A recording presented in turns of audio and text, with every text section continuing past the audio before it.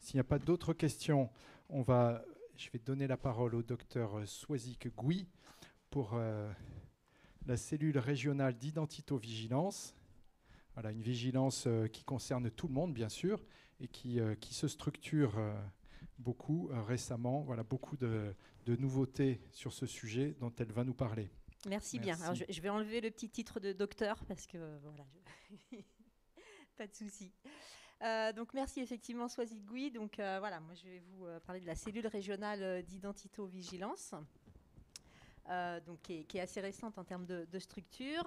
Tout d'abord, un rappel sur l'identito-vigilance, qui est l'organisation qui est mise en œuvre pour fiabiliser l'identification de l'usager et des données de santé qui s'y rapportent à toutes les étapes de sa prise en charge. Donc là, on est bien sur l'usager, donc c'est bien au niveau du champ sanitaire, médico-social, médecine de ville, ça concerne l'ensemble des acteurs. Donc effectivement, des défauts d'identification peuvent avoir des risques majeurs. Donc on peut avoir des risques de création de plusieurs dossiers, ce qu'on appelle les doublons. Je pense que certains d'entre vous connaissent bien. Le fait d'avoir plusieurs dossiers, deux voire plus pour un même usager. On a également ce qu'on appelle les risques de collision, qui sont le fait d'avoir dans un même dossier des données qui appartiennent à plusieurs usagers. Des risques d'administration de soins aux mauvais patients, des retards de prise en charge, des erreurs diagnostiques, thérapeutiques, des erreurs de facturation. Donc là, ils ne sont bien sûr pas tous exhaustifs. Donc c'est vrai qu'il faut vraiment considérer l'identification du patient ou de l'usager comme le premier acte de sa prise en charge ou de son accompagnement qui va se poursuivre tout au long de son parcours. Et c'est vrai que quand on parle de parcours, faut le voir aussi bien au niveau de la structure même qu'un parcours plus complexe avec l'intervention auprès de plusieurs acteurs de structures différentes. Et c'est vrai que là, il y a un vrai enjeu de sécuriser le partage et l'échange de données. Et c'est tout l'enjeu de l'identité nationale de santé. Donc voilà, arrivé récemment avec un premier référentiel en 2019 et qui est maintenant opposable depuis 2021. L'identité nationale de santé qui a été complétée par le référentiel national d'identito-vigilance, donc on en dira un petit mot cet après-midi, et qui fixe des recommandations et des exigences de bonnes pratiques d'identification qui sont communs à tous les acteurs, ce qui n'était pas le cas encore sur l'identification de l'usager. Alors aujourd'hui, nos missions, donc, qui sont vraiment en train de se construire, puisque effectivement c'est tout récent. Donc sur l'année 2022, on en parle depuis ce matin, mais l'objectif effectivement c'est de constituer notre réseau d'identito-vigilants locaux, donc les référents et identito-vigilants des structures, que ce soit structures sanitaires, médico-sociales, pour pouvoir mener ensemble toutes ces actions, à la fois que nous puissions vous transmettre de l'information et puis vous également nous faire remonter vos difficultés et surtout que notre plan d'action puisse se construire en adéquation avec vos besoins. Donc constituer ce réseau de référents locaux en identito-vigilance, même si aujourd'hui on a quelques noms d'identifiés, mais l'idée c'est vraiment de pouvoir avoir le référent dans chaque structure. Donc on va bien sûr recommuniquer auprès des établissements des formulaires, mais d'ores et déjà avec les coordonnées qui sont indiquées, vous pouvez nous transmettre les coordonnées de votre référent si ça n'a pas déjà été fait.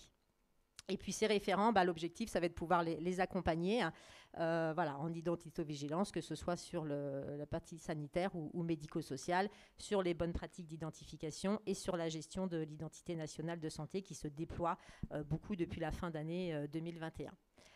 De façon plus globale également, informer et sensibiliser les professionnels aux bonnes pratiques d'identification et également à la gestion de l'identité nationale de santé. Donc ça, c'est déjà des choses qui sont menées au sein du GCS e-santé, qui est le groupement régional d'appui au développement de la e-santé.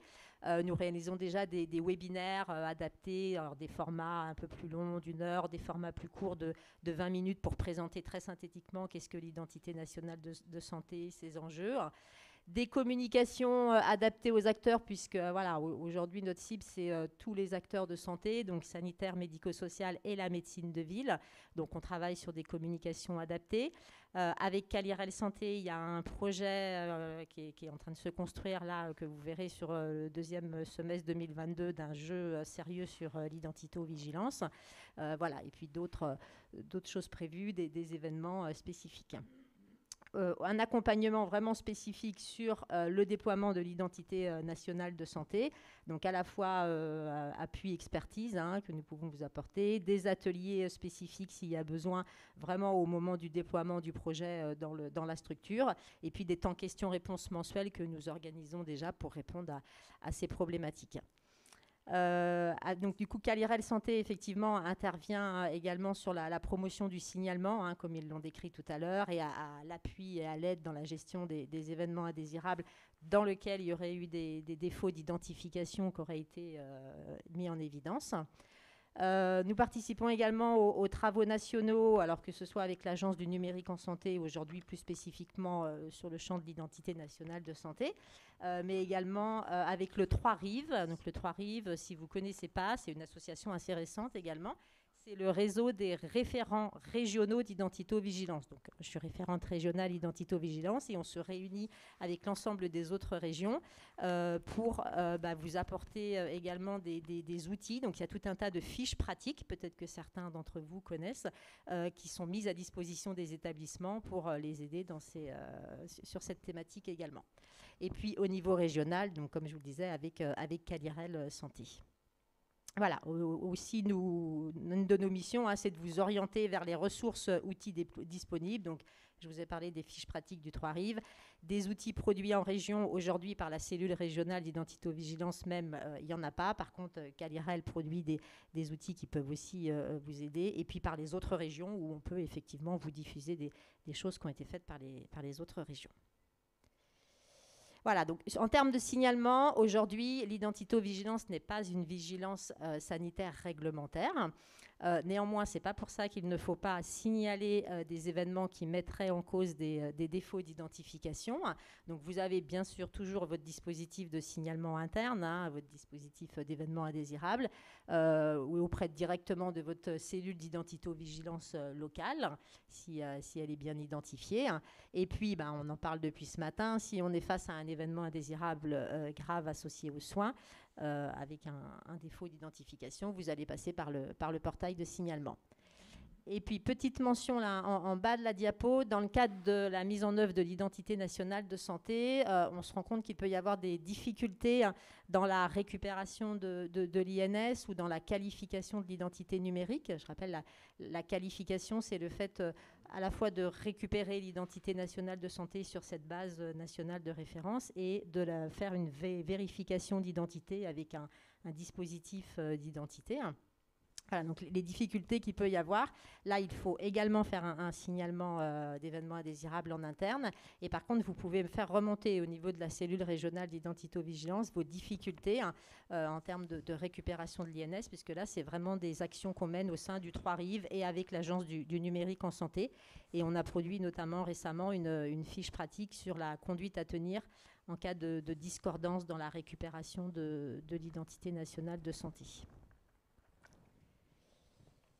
Voilà, et donc je rappelle effectivement là le souhait de pouvoir identifier les référents locaux d'identito-vigilance. Donc également, et pour rappel, c'est une exigence pour les structures sanitaires et médico-sociales qui est rappelée dans le référentiel national d'identito-vigilance, un référentiel qui est sorti pour sa première version en fin d'année 2020.